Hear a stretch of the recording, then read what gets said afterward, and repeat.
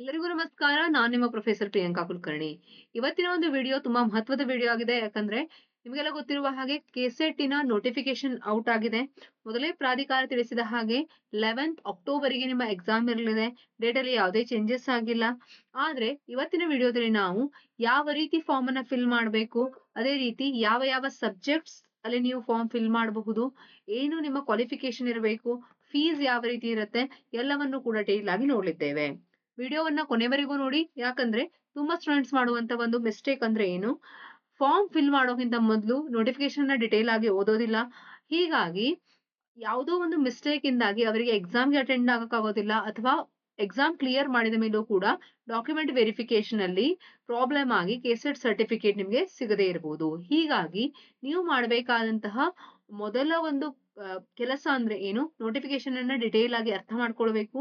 So ಈ ಒಂದು ವಿಡಿಯೋದಲ್ಲಿ ನಾನು ಸ್ಟೆಪ್ ಬೈ ಸ್ಟೆಪ್ 10 ಪೇಜಿನ ನೋಟಿಫಿಕೇಶನ್ ನ ಡಿಟೇಲ್ ಆಗಿ ನಿಮ್ಗೆ ಹೇಳಲಿದ್ದೇನೆ. ಮಿಸ್ ಮಾಡದೆ ಕೊನೆವರೆಗೂ ವಿಡಿಯೋನ ನೋಡಿ. ಚಾನೆಲ್‌ನ ಸಬ್ಸ್ಕ್ರೈಬ್ ಮಾಡೋದಕ್ಕೆ ಮರಿಬೇಡಿ. ಅದೇ ರೀತಿ ಬೆಲ್ ಐಕಾನ್ ಅನ್ನ ಪ್ರೆಸ್ ಮಾಡೋದಕ್ಕೆ ಮರಿಬೇಡಿ. ಯಾಕಂದ್ರೆ ಕೆಸೆಟ್ ಎಕ್ಸಾಮ್ ಹತ್ರ ಬರ್ತಾ ಇದೆ. ಎಕ್ಸಾಕ್ಟ್ಲಿ 2 ಮಂತ್ಸ್ ಟೈಮ್ ಇದೆ. ಇವತ್ತು 11 ಆಗಸ್ಟ್, 11 ಅಕ್ಟೋಬರ್‌ಗೆ ನಿಮ್ಮ ಎಕ್ಸಾಮ್ ಇದೆ. ಈ 2 ತಿಂಗಳಲ್ಲಿ ಕೆಸೆಟ್‌ನ ಎಲ್ಲ ಕಂಟೆಂಟ್ ನಿಮ್ಗೆ ಸಿಗ್ಬೇಕು ಅಂದ್ರೆ ಬೆಲ್ ಐಕಾನ್ ಅನ್ನ ಪ್ರೆಸ್ ಮಾಡೋದಕ್ಕೆ ಮರಿಬೇಡಿ.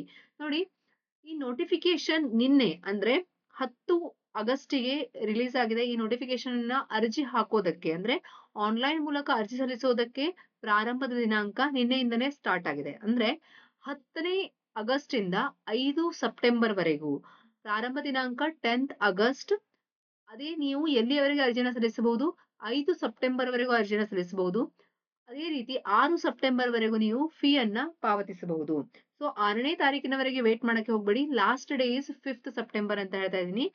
5 ಸೆಪ್ಟೆಂಬರ್ ಲಾಸ್ಟ್ ಡೇ ಆಗಿದ್ರು ಕೂಡ ಈಗ ಈ ಮಂತಿನ ಎಂಡ್ ವರೆಗೆ ನೀವು ಅರ್ಜಿಯನ್ನ ಸಲ್ಲಿಸೋದು ಒಳ್ಳೆಯದು. ಯಾಕಂದ್ರೆ ಲಾಸ್ಟ್‌ಲಿ ಏನೋ ಒಂದು ಟೆಕ್ನಿಕಲ್ ಇಶ್ಯೂ ಬರ್ಬೋದು, ಏನೋ ಪ್ರಾಬ್ಲಮ್ ಆಗ್ಬೋದು, ನಿಮ್ಗೆ ಟೈಮ್ ಇರೋದಿಲ್ಲ.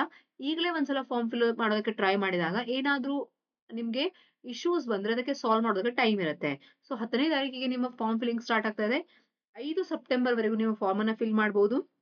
ಅರ್ಜಿ ಶುಲ್ಕಕ್ಕೆ ಒಂದು ದಿನ ಎಕ್ಸ್ಟ್ರಾ ಟೈಮ್ ಅನ್ನ ಕೊಟ್ಟಿದ್ದಾರೆ ಶುಲ್ಕ ಪಾವತಿಗೆ. ಪ್ರವೇಶ ಪತ್ರ ಅಂದ್ರೆ ನಿಮ್ಮ ಹಾಲ್ ಟಿಕೆಟ್ 1 ಅಕ್ಟೋಬರ್‌ಗೆ ರಿಲೀಸ್ ಆಗತ್ತೆ. ಹಾಲ್ ಟಿಕೆಟ್ ಅಲ್ಲಿ ನಿಮ್ಮ ಪರೀಕ್ಷಾ ಕೇಂದ್ರ ಯಾವುದು, ಎಲ್ಲ ಡೀಟೇಲ್ಸ್, ನಿಮ್ಮ ನೇಮ್, ಫೋಟೋ ಎಲ್ಲವೂ ಆ ಹಾಲ್ ಟಿಕೆಟ್ ಮೇಲೆ ಪ್ರಿಂಟ್ ಆಗಿ ಬರುತ್ತೆ. ಪರೀಕ್ಷಾ ದಿನಾಂಕ 11 ಅಕ್ಟೋಬರ್ 2026. ಓಕೆನಾ? ನೀವು ಅರ್ಜಿ ಸಲ್ಲಿಸುವುದಕ್ಕೆ ಇಲ್ಲಿ ಕೊಟ್ಟಿರುವಂತ ವೆಬ್ಸೈಟ್ ಏನಿದೆ, ಓಕೆನಾ? So Karnataka government dot in KEA website ಇದೆ. ಇಲ್ಲಿ ಕೊಟ್ಟಿರುವಂತ ವೆಬ್ಸೈಟ್ ಅನ್ನ ಓಪನ್ ಮಾಡಿಕೊಂಡು ಈ ವೆಬ್ಸೈಟ್ ಅಲ್ಲಿನೇ ಅರ್ಜಿಯನ್ನ ಸಲ್ಲಿಸಬೇಕು. ಯಾವುದೇ ರೀತಿಯ ಆಫ್‌ಲೈನ್ ಅರ್ಜಿಗಳನ್ನ ಸ್ವೀಕರಿಸಲಾಗುವುದಿಲ್ಲ.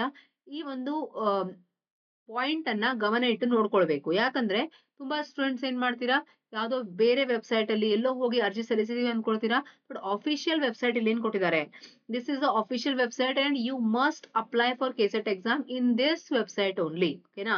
ಮುಂದೆ ಕೆಸೆಟ್ ಒಂದು ಇದರಲ್ಲಿ ಕೊಟ್ಟಿರುವ ಹಾಗೆ ನೋಟಿಫಿಕೇಶನ್ ಅಲ್ಲಿ 37 ವಿಷಯಗಳಲ್ಲಿ ಕೆಸೆಟ್ ಎಕ್ಸಾಮ್ ನಡೆಯುತ್ತೆ.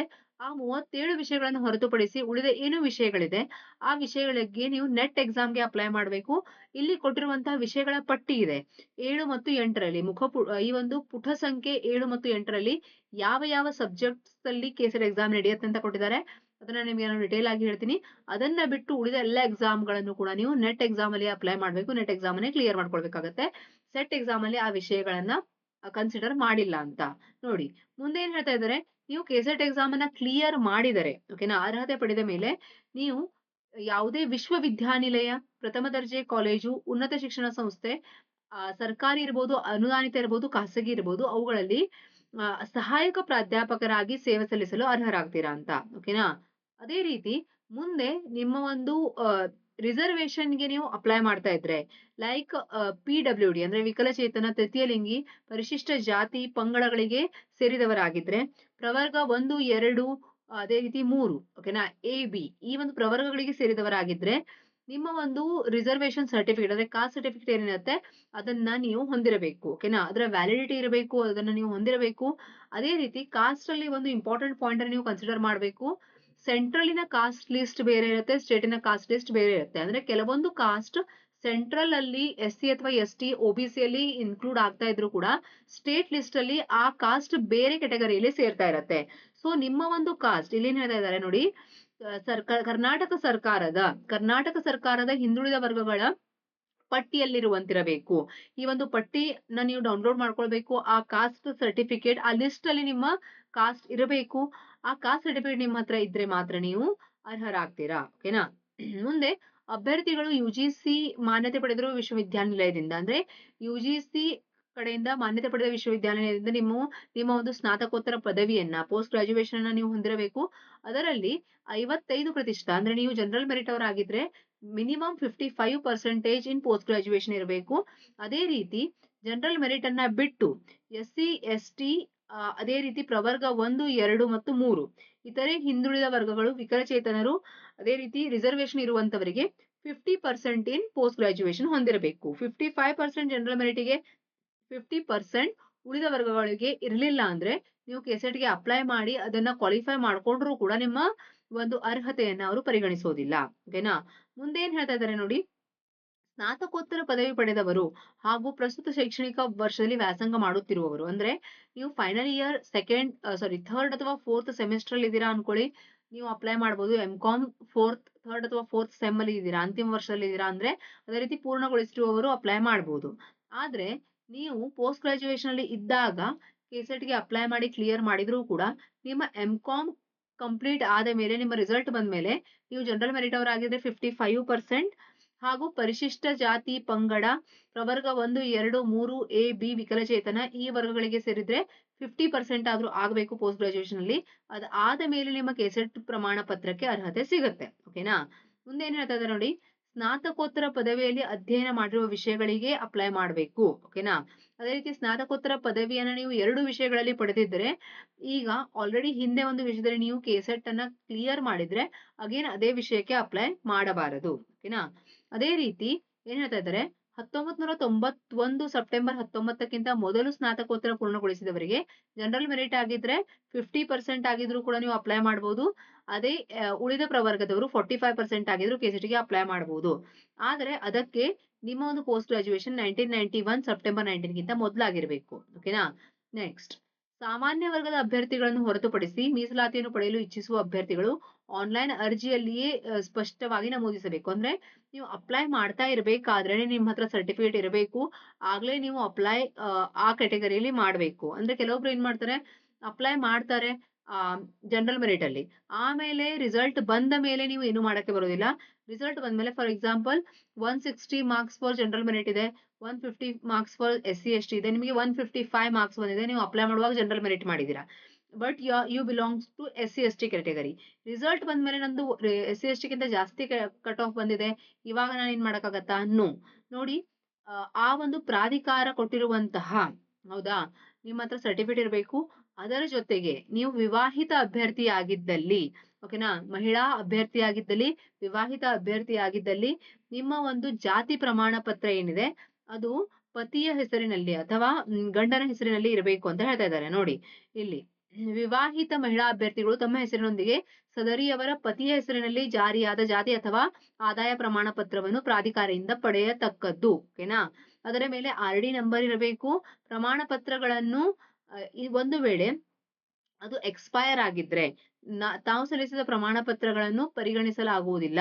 ಅರ್ಜಿ ಸಲ್ಲಿಸುವಾಗ ಕಡ್ಡಾಯವಾಗಿ ಚಾಲ್ತಿಯಲ್ಲಿರುವ ಪ್ರಮಾಣ ಪತ್ರದ ರೆವೆನ್ಯೂ ಡಿವಿಷನ್ ಸಂಖ್ಯೆ ನಮೂದಿಸಬೇಕು. ಅರ್ಥ ಮಾಡ್ಕೊಳ್ಳಿ, ನೀವು ಫಾರ್ಮ್ ಫಿಲ್ಲಿಂಗ್ ಮಾಡುವಾಗಲೇ ಅದರಲ್ಲಿ RD ನಂಬರ್ ನ ಹಾಕಬೇಕಾಗತ್ತೆ. ಸೊ ನೀವು ಫಾರ್ಮ್ ಫಿಲ್ ಮಾಡುವಾಗ ನಿಮ್ಮ ಹತ್ರ ಸರ್ಟಿಫಿಕೇಟ್ ಇರಬೇಕು, ಇಲ್ಲವಾದಲ್ಲಿ ಪರಿಗಣಿಸುವುದಿಲ್ಲ.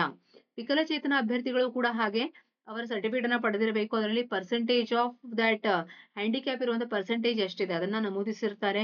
40% ಕಡಿಮೆ ಇಲ್ಲದಿರುವ ಬಗ್ಗೆ, ಅಂದ್ರೆ 40% ಗಿಂತ ಜಾಸ್ತಿ ವಿಕಲಚೇತನ ಪರ್ಸೆಂಟೇಜ್ ಇದ್ರೆ ಮಾತ್ರ ಕನ್ಸಿಡರ್ ಮಾಡ್ತಾರೆ.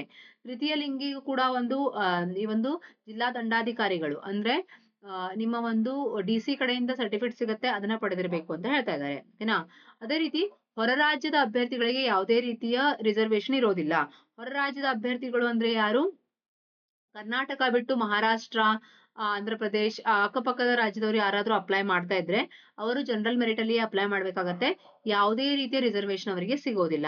ಅಭ್ಯರ್ಥಿಗಳು ಮುಖ್ಯವಾಗಿ ಪರಿಗಣಿಸಬೇಕಾದ ಅಂಶವೇನೆಂದರೆ, ಕರ್ನಾಟಕ ಪರೀಕ್ಷಾ ಪ್ರಾಧಿಕಾರವು ಅವರನ್ನು ಅರ್ಹ ಅಭ್ಯರ್ಥಿಗಳಿಗೆ ಪರಿಗಣಿಸಿದೆ ಎಂದು ತಿಳಿಯಬಾರದು. ಅಂದ್ರೆ ಒಂದು ಸಲಕ್ಕೆ ಕೆಸೆಟ್ ಕ್ಲಿಯರ್ ಆಗಿದೆ ಅಂದ್ರೆ ಅಭ್ಯರ್ಥಿತನವು ತಾತ್ಕಾಲಿಕವೆಂದು ಪರಿಗಣಿಸತಕ್ಕದ್ದು. ಓಕೆನಾ. ತಾತ್ಕಾಲಿಕವಾಗಿ ನೀವು ಒಂದು ಎಲಿಜಿಬಲ್ ಕ್ಯಾಂಡಿಡೇಟ್ ಆಗಿರ್ತೀರಾ. ಪ್ರವೇಶಾತಿ ಪಡೆದ ಕಾರಣಕ್ಕೆ ಕರ್ನಾಟಕ ಪರೀಕ್ಷಾ ಪ್ರಾಧಿಕಾರವು ಅವರನ್ನು ಅರ್ಹ ಅಭ್ಯರ್ಥಿಯಾಗಿ ಪರಿಗಣಿಸಿದೆ ಎಂದು ತಿಳಿಯಬಾರದು. ಅಭ್ಯರ್ಥಿಗಳು ಅರ್ಹತಾ ನಿಬಂಧನೆಗಳನ್ನು ಪರಿಶೀಲಿಸಿದ ನಂತರ ಅವರ ಅಭ್ಯರ್ಥನವು ಪರಿಗಣಿಸಲಾಗುವುದು. ಅಂದ್ರೆ ನೀವು ಅಪ್ಲೈ ಮಾಡಿದೀರಾ ಅಂದ್ರೆ ನೀವು ಎಲಿಜಿಬಲ್ ಅಂತ ಅಲ್ಲ. ಮುಂದೆ ಮತ್ತೆ ವೆರಿಫಿಕೇಶನ್ ಆಗತ್ತೆ, ಡಾಕ್ಯುಮೆಂಟ್ ವೆರಿಫಿಕೇಶನ್ ಆಗತ್ತೆ, ಅಲ್ಲಿಯವರೆಗೂ ಅಭ್ಯರ್ಥನ ಕನ್ಸಿಡರ್ ಆಗೋದಿಲ್ಲ. ಈಗಾಗಲೇ ಕೆಸೆಟ್ ಪರೀಕ್ಷೆಯಲ್ಲಿ ಯಾವುದೇ ಒಂದು ವಿಷಯದಲ್ಲಿ ನೀವು ಅಪ್ಲೈ ಮಾಡಿದ್ರಿ ಅಂದ್ರೆ ಅಗೇನ್ ಅದೇ ವಿಷಯದಲ್ಲಿ ಅಪ್ಲೈ ಮಾಡೋಕೆ ಸಾಧ್ಯ ಇಲ್ಲ. ಫಾರ್ ಎಕ್ಸಾಂಪಲ್, ನಾನು ಕೆಸೆಟ್ ಕಾಮರ್ಸ್ ಅನ್ನ ಕ್ಲಿಯರ್ ಮಾಡಿದೀನಿ ಅಂದ್ರೆ ಅಗೇನ್ ಕಾಮರ್ಸ್ ಅಲ್ಲಿ ಅಪ್ಲೈ ಮಾಡಬಾರ್ದು. I can apply in management, ಯಾಕಂದ್ರೆ ನಾನು ಕಾಮರ್ಸ್ ಡಿಗ್ರಿಯನ್ನ ಹೊಂದಿದ್ದೀನಿ. ಮುಂದೆ ನೋಡಿ, ಭಾರತೀಯ ವಿಶ್ವವಿದ್ಯಾನಿಲಯ ಸಂಸ್ಥೆ ನೀಡುವ 2 ವರ್ಷ ಸ್ನಾತಕೋತ್ತರ ಪದವಿ ಡಿಪ್ಲೊಮಾ ಅಂದ್ರೆ ಪೋಸ್ಟ್ ಗ್ರಾಜುಯೇಷನ್ ಇಕ್ವಿವ್ಯಾಲೆಂಟ್ ಡಿಗ್ರಿಯನ್ನು ನೀವು ಪಡೆದಿರಬೇಕು. ಅದೇ ರೀತಿ ನಿಮ್ಮ ಹತ್ರ ಫಾರಿನ್ ಡಿಗ್ರಿ ಇದ್ರೆ ಅದನ್ನ ನೀವು ಅಸೋಸಿಯೇಷನ್ ಆಫ್ ಇಂಡಿಯನ್ ಯೂನಿವರ್ಸಿಟಿ ನವದೆಹಲಿಯ ಕಡೆಯಿಂದ ಖಚಿತಪಡಿಸಿಕೊಳ್ಳಬೇಕು. ಓಕೆನಾ. ವಯೋಮಿತಿ ಬಂದ್ಬಿಟ್ಟು ಹೈಯೆಸ್ಟ್ ಅಂದ್ರೆ ಎಷ್ಟು ಗರಿಷ್ಠ ವಯೋಮಿತಿ ಅಥವಾ ಏಜ್ ಲಿಮಿಟ್, ಅಪ್ಪರ್ ಲಿಮಿಟ್ ಅನ್ನೋದು ಇಲ್ಲ. ಓಕೆನಾ. ಅಪ್ಪರ್ ಲಿಮಿಟ್ ಅನ್ನೋದು ಇಲ್ಲ. ಲೋವರ್ ಲಿಮಿಟ್ ಬಂದ್ಬಿಟ್ಟು ನಿಮ್ಮ ಪೋಸ್ಟ್ ಗ್ರಾಜುಯೇಷನ್ ನೀವು ಅಂತಿಮ ವರ್ಷದಲ್ಲಿ ಇದ್ರೆ ಆಗ ನೀವು ಏನ್ ಮಾಡ್ಬೋದು, ಅಪ್ಲೈ ಮಾಡಬಹುದು ಅಂತ. ಓಕೆನಾ. ಮುಂದೆ ನೋಡಿ, ಇಲ್ಲಿ ನಿಮಗೆ ಇಂಪಾರ್ಟೆಂಟ್ ಬೇಕಾಗಿರೋದು ಯಾವ್ದಂದ್ರೆ ಪರೀಕ್ಷಾ ಶುಲ್ಕ ಮತ್ತು ಪಾವತಿಸುವ ವಿಧಾನ. 750 ಯಾರಿಗೆ? ಸಾಮಾನ್ಯ ವರ್ಗ, ಪ್ರವರ್ಗ 2A, 2B, 3A, 3B ಎಲ್ಲರಿಗೂ ಕೂಡ 750 ಇದೆ. ಪ್ರವರ್ಗ 1 SE, ST ಮತ್ತೆ ತೃತೀಯ ಲಿಂಗಿ PWDಗೆ 500 ರೂಪೀಸ್ ಇದೆ. ಓಕೆನಾ. ಇದನ್ನ ನೀವೇನ್ ಮಾಡ್ಬೇಕು, ಆನ್ಲೈನ್ ಮುಖಾಂತರವೇ ಪಾವತಿಸಬೇಕು. ಯಾವುದೇ ರೀತಿಯ money order, demand draft, IPO office channel ಗಳನ್ನ ಸ್ವೀಕರಿಸಲಾಗುವುದಿಲ್ಲ. ಓಕೆ. ಒಮ್ಮೆ ಶುಲ್ಕ ಪಾವತಿ ಮಾಡಿದ್ರೆ ಅದನ್ನ ಹಿಂಪಡೆಯಲು ಸಾಧ್ಯವಿಲ್ಲ ಅಂತ ಹೇಳ್ತಾ ಇದ್ದಾರೆ. ಎಸ್. ಮುಂದೆ ಬಂದ್ಬಿಟ್ಟು ಪರೀಕ್ಷಾ ವಿಧಾನ ಮತ್ತು ಪರೀಕ್ಷಾ ದಿನಾಂಕ. ಪರೀಕ್ಷಾ ವಿಧಾನ ನಿಮಗೆ ಗೊತ್ತಿದೆ. ಇಲ್ಲಿ 2 ಪತ್ರಿಕೆಗಳಿರುತ್ತೆ. ಬಹು ಆಯ್ಕೆಯ ಪ್ರಶ್ನೆಗಳನ್ನ ಒಳಗೊಂಡಿರುತ್ತೆ. 11 ತಾರೀಕಿಗೆ ನಿಮ್ಮ ಎಕ್ಸಾಮ್ ಇದೆ. ಓಕೆನಾ. 11 ತಾರೀಕಿಗೆ 10 ಗಂಟೆಯಿಂದ 1 ಗಂಟೆಯವರೆಗೆ ನಿಮ್ಮ ಎಕ್ಸಾಮ್ ಇರುತ್ತೆ. OMR ಮಾದರಿಯ ಎಕ್ಸಾಮ್. ಓಕೆನಾ. ಇದು ಒಂದು ಆಫ್ಲೈನ್ ಅಂದ್ರೆ ನಿಮಗೆ ಕ್ವಶನ್ ಪೇಪರ್ ಕೊಡ್ತಾರೆ, OMR ಶೀಟ್ ಕೊಡ್ತಾರೆ. OMR ಶೀಟ್ ಅಲ್ಲಿ ನೀವು ಆನ್ಸರ್ಸ್ ನ ಟಿಕ್ ಮಾಡ್ತೀರಾ. ಓಕೆ. ಪೇಪರ್ 1 ಅಲ್ಲಿ 100 ಮಾರ್ಕ್ಸ್ ಇದೆ. ಪೇಪರ್ 2 ಅಲ್ಲಿ 200 ಮಾರ್ಕ್ಸ್ ಇದೆ. ಪೇಪರ್ 1 ಅಲ್ಲಿ 50 ಕ್ವಶನ್ಸ್ 100 ಮಾರ್ಕ್ಸ್. ಪೇಪರ್ 2 ಅಲ್ಲಿ 100 ಕ್ವಶನ್ಸ್ 200 ಮಾರ್ಕ್ಸ್. ಓಕೆನಾ. 3 ಗಂಟೆಗಳು ಪೇಪರ್ ಇರುತ್ತೆ. 10 ಗಂಟೆಯಿಂದ 1 ಗಂಟೆಯವರೆಗೆ. ಅದರಲ್ಲಿ ನೀವು ಪೇಪರ್ 1 ಮತ್ತು ಪೇಪರ್ 2 ಎರಡನ್ನು ಕೂಡ ಕಂಪ್ಲೀಟ್ ಮಾಡಬೇಕು. ಎರಡನ್ನು ಒಟ್ಟಾರೆಯಾಗಿ ನಿಮಗೆ ಕೊಡ್ತಾರೆ. ನಿಮಗೆ ಗೊತ್ತಿರುವ ಪ್ರಕಾರ ಅಭ್ಯರ್ಥಿಗಳು ಮಧ್ಯಾಹ್ನ 1 ಗಂಟೆಯವರೆಗೆ ಪರೀಕ್ಷಾ ಕೊಠಡಿಯಿಂದ ಹೊರಗೆ ಬರಲು ಸಾಧ್ಯವಿಲ್ಲ. ಇದರಲ್ಲಿ 2 ಪೇಪರ್ ಇದೆಯಲ್ಲ, ಪರೀಕ್ಷೆ 1 ಮತ್ತು ಪತ್ರಿಕೆ 1 ಮತ್ತು 2. ಪತ್ರಿಕೆ 1 ಜನರಲ್ ಪೇಪರ್ ಅಂತ ಕರಿತೀವಿ. ಇದರಲ್ಲಿ ಅಭ್ಯರ್ಥಿಯ ಬೋಧನೆ ಅಂದ್ರೆ ಟೀಚಿಂಗ್ ಆಪ್ಟಿಟ್ಯೂಡ್ ಅನ್ನ ಚೆಕ್ ಮಾಡ್ತಾರೆ. ಸಂಶೋಧನೆ, ರಿಸರ್ಚ್ ಬಗ್ಗೆ ಟೆಸ್ಟ್ ಮಾಡ್ತಾರೆ. ಬೌದ್ಧಿಕ ಸಾಮರ್ಥ್ಯಗಳನ್ನ ಪರೀಕ್ಷಿಸಲಾಗುತ್ತದೆ. ಪತ್ರಿಕೆ 2ರಲ್ಲಿ ನಿಮ್ಮ ವಿಷಯ, ಫಾರ್ ಎಕ್ಸಾಂಪಲ್ ನಂದು MCOM ಆಗಿದೆ ಅಂದ್ರೆ ಕಾಮರ್ಸ್ ಬೇಸ್ಡ್ ಪೇಪರ್ ಇರುತ್ತೆ. ಓಕೆನಾ. ಸೈನ್ಸ್ ಅವರಾಗಿದ್ರೆ ಸೈನ್ಸ್ ಬೇಸ್ಡ್ ಪರೀಕ್ಷೆ ಇರುತ್ತೆ. ಓಕೆನಾ. ಪ್ರತಿಯೊಂದು ಪ್ರಶ್ನೆಗೂ 2 ಅಂಕ, ಗರಿಷ್ಠ 200 ಅಂಕಗಳನ್ನ ಇದು ಹೊಂದಿರುತ್ತೆ. ಪೇಪರ್ 1 ನಲ್ಲಿ 50 ಅಂಕಗಳು, ಅದರಲ್ಲಿ 2 ಅಂಕಗಳಿಗೆ ಒಂದು ಪ್ರಶ್ನೆ ಅಂದ್ರೆ 100 ಅಂಕಗಳ ಒಂದು ಪೇಪರ್. ಓಕೆನಾ. ಫಲಿತಾಂಶ ಪ್ರಕಟಣೆಯನ್ನ ಯಾವ ರೀತಿ ಮಾಡ್ತಾರೆ ಅನ್ನೋದ್ರ ಬಗ್ಗೆ ಈಗ ಫಾರ್ಮ್ ಫಿಲ್ಲಿಂಗ್ ಮಾಡುವಾಗ ನಿಮಗೆ ಇದರ ಅವಶ್ಯಕತೆ ಇಲ್ಲ. ಓಕೆನಾ. ಅದನ್ನ ಮುಂದೆ ರಿಸಲ್ಟ್ ಬರೋ ಟೈಮಲ್ಲಿ ಡಿಟೇಲ್ ಆಗಿ ನಾನು ನಿಮ್ಗೆ ಹೇಳ್ತೀನಿ. ಈಗ ಫಾರ್ಮ್ ಫಿಲ್ಲಿಂಗಿಗೆ ನಿಮಗೆ ಬೇಕಾದಂತಹ ಮಹತ್ವದ ವಿಷಯಗಳನ್ನ ಈ ವಿಡಿಯೋದಲ್ಲಿ ನಾವು ಕವರ್ ಮಾಡ್ತಾ ಇದ್ದೀವಿ. ಯಾಕಂದ್ರೆ ವಿಡಿಯೋ ತುಂಬಾ ಲೆಂದಿ ಆಗುತ್ತೆ. ಹಿಂದೆ ನಿಮಗೆ ನಾನು ಹೇಳಿದ ಹಾಗೆ 37 ವಿಷಯಗಳಲ್ಲಿ ಎಕ್ಸಾಮ್ ಅನ್ನು ನಡೆಸ್ತಾರೆ. ಓಕೆನಾ. 37 ಸಬ್ಜೆಕ್ಟ್ಸ್. ಆ ಸಬ್ಜೆಕ್ಟಿನ ಲಿಸ್ಟ್ ಅನ್ನ ಕೊಟ್ಟಿದ್ದಾರೆ, ವಿಷಯದ ಕೋಡ್ ಅನ್ನ ಕೊಟ್ಟಿದ್ದಾರೆ. ಪ್ರಶ್ನೆ ಪತ್ರಿಕೆ ಆವೃತ್ತಿ ಯಾವ ಯಾವ ಭಾಷೆಯಲ್ಲಿ ಇರುತ್ತೆ ಅಂತ ನೋಡಿ. ಲಕ್ಕೀಲಿ ಈ ಸಲ ವಾಣಿಜ್ಯ ಶಾಸ್ತ್ರ ಪೇಪರ್ ಅನ್ನ ಕನ್ನಡ ಮತ್ತು ಆಂಗ್ಲ ಭಾಷೆ ಎರಡರಲ್ಲೂ ಪ್ರಶ್ನೆ ಪತ್ರಿಕೆ ಬರುತ್ತೆ ಅಂತ ಹೇಳಿದ್ದಾರೆ. ಡೋಂಟ್ ನೋ ಎಕ್ಸಾಮ್ ಅಂದ್ರೆ ನೋಟಿಫಿಕೇಶನ್ ಅಂತೂ ಕೊಟ್ಟಿದ್ದಾರೆ. ಹೋದ್ ಸಲ ನೋಟಿಫಿಕೇಶನ್ ಅಲ್ಲಿ ಇಂಗ್ಲಿಷ್ ಅಲ್ಲಿ ಮಾತ್ರ ಅಂತ ಕೊಟ್ಟಿದ್ರು. ಓಕೆನಾ. ನೋಡಿ ಇಲ್ಲಿ. ಆದ್ರೆ ನಿರ್ವಹಣೆ ಸಬ್ಜೆಕ್ಟ್ ಏನಿದೆ ಆಂಗ್ಲ ಭಾಷೆಯಲ್ಲಿ ಮಾತ್ರ ಬರ್ತಾ ಇದೆ. ಓಕೆನಾ. ನಿಮ್ಮ ಸಬ್ಜೆಕ್ಟ್ ಯಾವುದು, ಅದರ ವಿಷಯದ ಕೋಡ್ ಯಾವುದು ಅಂತ ನೆನಪಿಟ್ಕೊಳ್ಳಿ. ಯಾಕಂದ್ರೆ ಅಪ್ಲೈ ಮಾಡುವಾಗ ವಿಷಯದ ಕೋಡನ್ನ ಕರೆಕ್ಟ್ ಆಗಿ ಹಾಕ್ಬೇಕು. ಓಕೆನಾ. ಮುಂದೆ ನೋಡಿ, ಈ ಒಂದು ಇಂಪಾರ್ಟೆಂಟ್ ಯಾವ್ದಾದ್ರು ನಿಮ್ಮ ಇಂಪಾರ್ಟೆಂಟ್ ವಿಷಯಗಳಲ್ಲಿ ಅಂದ್ರೆ ಫಾರ್ ಎಕ್ಸಾಂಪಲ್ ನೋಡಿ, ಇವಾಗ ಕಾಮರ್ಸ್ ಅವರು ನಿರ್ವಹಣೆ ಅಂದ್ರೆ ಮ್ಯಾನೇಜ್ಮೆಂಟ್ ಸಬ್ಜೆಕ್ಟ್ ಕೂಡ ಅಪ್ಲೈ ಮಾಡಬಹುದು. ಈ ರೀತಿ ಓಕೆ ಮಹತ್ವದ ವಿಷಯಗಳನ್ನ ಇಲ್ಲಿ ಕೊಟ್ಟಿದ್ದಾರೆ. ಈ ಒಂದು ಇದೇನಿದೆ ಸೆಕ್ಷನ್ ಏನಿದೆ ಇದನ್ನ ಕರೆಕ್ಟ್ ಆಗಿ ಓದ್ಕೊಳ್ಬೇಕು. ಯಾವುದಕ್ಕೆ ಯಾರು ಅಪ್ಲೈ ಮಾಡಬಹುದು. ಈಗ ನಾವು commerce, Kulkarni commerce class commerce ವಿಷಯದ ಬಗ್ಗೆ ಸ್ವಲ್ಪ ಫೋಕಸ್ ಮಾಡೋದ್ರಿಂದ ನಿರ್ವಹಣೆ ಅಂದ್ರೆ ಮ್ಯಾನೇಜ್ಮೆಂಟ್ ಅಂತ ಬಂದಾಗ, ಓಕೆನಾ, ಮ್ಯಾನೇಜ್ಮೆಂಟ್ ಅಂತ ಬಂದಾಗ ನೀವೇನ್ ಮಾಡ್ಬೋದು, MCOM ಆಗಿರೋರು, ಹೌದಾ, MBA ಅಂಡ್ MCOM ಆಗಿರೋರು, ಏನ್ ಹೇಳ್ತಾ ಇದಾರೆ ನೋಡಿ, ಮ್ಯಾನೇಜ್ಮೆಂಟ್ ಅಥವಾ ನಿರ್ವಹಣೆ ವಿಷಯದಲ್ಲಿ ಮತ್ತು ಇವುಗಳಿಗೆ ಸಂಬಂಧಿಸಿದ ವಿಷಯ ಅಂದ್ರೆ ಎಂ.ಕಾಮ್ ಮಾಡಿರೋರು ಅಪ್ಲೈ ಮಾಡಬಹುದು. 2 ವರ್ಷ ಅವಧಿಯ ಸ್ನಾತಕೋತ್ತರ ಪದವಿ ಅಥವಾ 2 ವರ್ಷದ ಪಿಜಿ ಡಿಪ್ಲೊಮಾ ಇನ್ ಮ್ಯಾನೇಜ್ಮೆಂಟ್ ಹೊಂದಿರುವ ಅಭ್ಯರ್ಥಿಗಳು ನಿರ್ವಹಣೆ ವಿಷಯದಲ್ಲಿ ಕೆಸೆಟ್ ಪರೀಕ್ಷೆಯನ್ನು ತೆಗೆದುಕೊಳ್ಳಲು ಅರ್ಹರಾಗಿರುತ್ತಾರೆ. ಅರ್ಥ ಆಯ್ತಾ? ಮುಂದೆ ಏನ್ ಹೇಳ್ತಾ ಇದ್ದಾರೆ ನೋಡಿ, ಇದೇ ರೀತಿ ಬೇರೆ ಬೇರೆ ವಿಷಯಗಳ ಬಗ್ಗೆ ಸ್ವಲ್ಪ ಕ್ಲಾರಿಟಿಯನ್ನ ಕೊಟ್ಟಿದ್ದಾರೆ. ಇದನ್ನ ನಿಮ್ಮ ವಿಷಯಗಳಿಗೆ ತಕ್ಕ ಹಾಗೆ ನೀವು ಓದ್ಕೊಳ್ಬೇಕು. ನಿಮ್ಮ ವಿಷಯದ ಬಗ್ಗೆ ಕ್ಲಾರಿಟಿ ನಿಮಗೆ ಸಿಗತ್ತೆ. ಓಕೆನಾ? ನೋಡಿ, ಅಭ್ಯರ್ಥಿಗಳು ಕೆಸೆಟ್ ಪರೀಕ್ಷೆ ಬರೆಯುವ ವಿಷಯದಲ್ಲಿ ಯುಜಿಸಿ ನವದೆಹಲಿಯಿಂದ ಮಾನ್ಯತೆ ಪಡೆಯುವ ವಿಶ್ವವಿದ್ಯಾಲಯದಿಂದ ಸ್ನಾತಕೋತ್ತರ ಅಥವಾ ಯಾವುದೇ ತತ್ಸಮಾನ ಪದವಿಯನ್ನು ಹೊಂದಿರಬೇಕು. ಅಂದ್ರೆ ಆ ವಿಷಯಗಳಿಗೆ ಸಂಬಂಧಿಸಿದ ಪೋಸ್ಟ್ ಗ್ರಾಜುಯೇಷನ್ ಅಥವಾ ಇಕ್ವಿವ್ಯಾಲೆಂಟ್ ಡಿಗ್ರಿಯನ್ನು ನೀವು ಹೊಂದಿರಬೇಕು. ಓಕೆನಾ? ಒಂದಕ್ಕಿಂತ ಹೆಚ್ಚು ಪದವಿಯನ್ನು ನೀವು ಹೊಂದಿದ್ದಲ್ಲಿ ಒಂದೇ ವಿಷಯಕ್ಕೆ ಒಂದು ಸಲಕ್ಕೆ ನೀವು ಏನ್ ಮಾಡ್ಬೇಕಾಗತ್ತೆ, ಅಪ್ಲೈ ಮಾಡ್ಬೇಕಾಗತ್ತೆ. ಮುಂದೆ ನೋಡಿ, ಪರೀಕ್ಷಾ ಕೇಂದ್ರಗಳು ಅಂತ ಬಂದಾಗ ಮೊದಲು ಇಲ್ಲಿ 11 ಕೇಂದ್ರಗಳನ್ನ ಕೊಟ್ಟಿದ್ದಾರೆ. ಅದೇ ರೀತಿ ಭಾಗ ಎ ಅಂತ ವಿಷಯಗಳನ್ನ ಕೊಟ್ಟಿದ್ದಾರೆ. ಓಕೆನಾ? ಅರ್ಥ ಮಾಡ್ಕೊಳ್ಳಿ. ಇಲ್ಲಿ ಕೊಟ್ಟಿರುವಂತಹ 11 ಕೇಂದ್ರಗಳೇನಿದೆ, ಬೆಂಗಳೂರು, ಬೆಳಗಾವಿ, ಬಳ್ಳಾರಿ, ಈ ರೀತಿ 11 ಕೇಂದ್ರಗಳನ್ನ ಕೊಟ್ಟಿದ್ದಾರೆ. ಓಕೆನಾ? ಅದನ್ನ ಈ ಒಂದು 11 ಕೇಂದ್ರಗಳಲ್ಲಿ 18 ವಿಷಯಗಳಿಗೆ ಸಂಬಂಧಿಸಿದ ಎಕ್ಸಾಮ್ ನಡೆಯುತ್ತೆ. ಫಾರ್ ಎಕ್ಸಾಂಪಲ್, ವಾಣಿಜ್ಯ, ಕನ್ನಡ ಶಾಸ್ತ್ರ, ಅರ್ಥಶಾಸ್ತ್ರ, ಇಂಗ್ಲಿಷ್, ರಾಜ್ಯಶಾಸ್ತ್ರ, ಇತಿಹಾಸ, ಸಮಾಜಶಾಸ್ತ್ರ, ಹಿಂದಿ, ನಿರ್ವಹಣೆ, ಶಿಕ್ಷಣ, ಗ್ರಂಥಾಲಯ ಮತ್ತು ಮಾಹಿತಿ ವಿಜ್ಞಾನ, ಸಮಾಜ ಕಾರ್ಯ, ದೈಹಿಕ ಶಿಕ್ಷಣ, ಗಣಕ ವಿಜ್ಞಾನ, ಅನ್ವಯ, ಭೌತಿಕ ವಿಜ್ಞಾನಗಳು, ಗಣಿತ ವಿಜ್ಞಾನ, ರಾಸಾಯನಿಕ ವಿಜ್ಞಾನ, ಜೀವ ವಿಜ್ಞಾನಗಳು. ಈ 18 ವಿಷಯಗಳಿಗೆ ನಿಮಗೆ 11 ಸೆಂಟರ್ಸ್ ಕೊಟ್ಟಿದ್ದಾರೆ. ಇವುಗಳಲ್ಲಿ ಯಾವ ಸೆಂಟರ್ಸ್ಗಾದ್ರೂ ನೀವು ಅಪ್ಲೈ ಮಾಡಬಹುದು. ಈ ಒಂದು 18 ವಿಷಯಗಳ ಲಿಸ್ಟಲ್ಲಿ ನಿಮ್ಮ ಒಂದು ಸಬ್ಜೆಕ್ಟ್ ಇದ್ರೆ. ಆದರೆ ಈ 18 ವಿಷಯಗಳನ್ನ ಬಿಟ್ಟು ಉಳಿದ 19 ವಿಷಯಗಳೇನಿದೆ, ಓಕೆನಾ, 37 ವಿಷಯಗಳಲ್ಲಿ 18 ವಿಷಯಗಳಿಗೆ ನೀವು ಮೇಲೆ ಕೊಟ್ಟಿರುವಂತಹ ಯಾವ್ದು ಸೆಂಟರಿಗಾದ್ರೂ ಅಪ್ಲೈ ಮಾಡಬಹುದು. 11 ಸೆಂಟರ್ಸ್ ಕೊಟ್ಟಿದ್ದಾರೆ. ಆದ್ರೆ ಉಳಿದ 19 ವಿಷಯಗಳಿಗೆ ನಿಮ್ಗೆ only Bengaluru is the centre. ಓಕೆನಾ? ಬೆಂಗಳೂರಿನಲ್ಲಿ ನೀವು ಅಪ್ಲೈ ಮಾಡಬೇಕು. ಅಭ್ಯರ್ಥಿಗಳು ಬಿ ಯಲ್ಲಿ ನೀಡಲಾಗಿರುವ 19 ವಿಷಯಗಳಿಗೆ, ಈ 19 ವಿಷಯಗಳೇನಿದೆ, ಫಾರ್ ಎಕ್ಸಾಂಪಲ್ ನೀವು ಸಂಸ್ಕೃತ ವಿಷಯದಲ್ಲಿ MA ಇನ್ ಸಂಸ್ಕೃತ ಇದ್ದೀರಾ, ಕೆಸೆಟ್ ಎಕ್ಸಾಮ್ ಕೊಡ್ತಾ ಇದ್ದೀರಾ ಅಂದ್ರೆ ನೀವು ಬೆಂಗಳೂರಿಗೆ ಹೋಗ್ಬೇಕಾಗತ್ತೆ ಎಕ್ಸಾಮ್ ಅನ್ನ ಕೊಡೋದಕ್ಕೆ, ನೀವು ನಾರ್ತ್ ಕರ್ನಾಟಕದ ಸ್ಟೂಡೆಂಟ್ ಆಗಿದ್ರು ಕೂಡ. ಓಕೆನಾ? ಮುಂದೆ ನೋಡಿ, ಅಭ್ಯರ್ಥಿಗಳು ಒಮ್ಮೆ ಪರೀಕ್ಷಾ ಕೇಂದ್ರವನ್ನು ಆಯ್ಕೆ ಮಾಡಿದ ನಂತರ ಪರೀಕ್ಷಾ ಕೇಂದ್ರದ ಬದಲಾವಣೆಗೆ ಅವಕಾಶ ಇರೋದಿಲ್ಲ. ಎಕ್ಸಾಮ್ ಸೆಂಟರ್ ಚೇಂಜ್ ಮಾಡೋದಕ್ಕೆ ಅವಕಾಶ ಇಲ್ಲ. ಅಭ್ಯರ್ಥಿಗಳು ಭಾಗ ಬಿ ಯಲ್ಲಿ ನಮೂದಿಸಿರುವ 11 ವಿಷಯಗಳಿಗೆ ಬೆಂಗಳೂರು ಕೇಂದ್ರವನ್ನು ಮಾತ್ರ ಆಯ್ಕೆ ಮಾಡಿಕೊಳ್ಳಬೇಕು. ಬೇರೆ ಕೇಂದ್ರಗಳ ಆಯ್ಕೆಯಲ್ಲಿ ಇಲ್ಲ. ಆಡಳಿತಾತ್ಮಕ ಉದ್ದೇಶದಿಂದ ಜಿಲ್ಲಾ ಪರೀಕ್ಷಾ ಕೇಂದ್ರಗಳು ಬದಲಾವಣೆಯ ಷರತ್ತಿಗೆ ಒಳಪಟ್ಟಿರುತ್ತವೆ. ಅಂದ್ರೆ ಕೆಲವೊಂದು ಸಲ ಈ ಒಂದು ಜಿಲ್ಲಾ ಕೇಂದ್ರಗಳೇನಿದೆ ಅದು ಚೇಂಜ್ ಆಗಬಹುದು. ಓಕೆನಾ? ಮೇಲೆ ಕೊಟ್ಟಿರುವ 18 ವಿಷಯಗಳಿಗೂ ಕೂಡ ಕೇಂದ್ರವನ್ನ ಚೇಂಜ್ ಮಾಡುವಂತ ಸಾಧ್ಯತೆ ಇರುತ್ತೆ. ಯಾಕಂದ್ರೆ ಅಡ್ಮಿನಿಸ್ಟ್ರೇಷನ್ ಇಶ್ಯೂ ಇರುತ್ತೆ ಕೆಲವೊಂದ್ಸಲ. ಓಕೆನಾ? ಅರ್ಜಿ ಸಲ್ಲಿಸುವ ವಿಧಾನ ಏನು ನೋಡಿ, ಇಲ್ಲಿ ಕೊಟ್ಟಿರುವಂತಹ ಅಫಿಷಿಯಲ್ ವೆಬ್ಸೈಟ್, ಇದರಲ್ಲಿ ಕರ್ನಾಟಕ ಪ್ರಾಧಿಕಾರದ ವೆಬ್ಸೈಟ್ ಅಲ್ಲಿ ಆನ್ಲೈನ್ ಮೂಲಕವೇ ಅರ್ಜಿನ ಸಲ್ಲಿಸಬೇಕಾಗತ್ತೆ.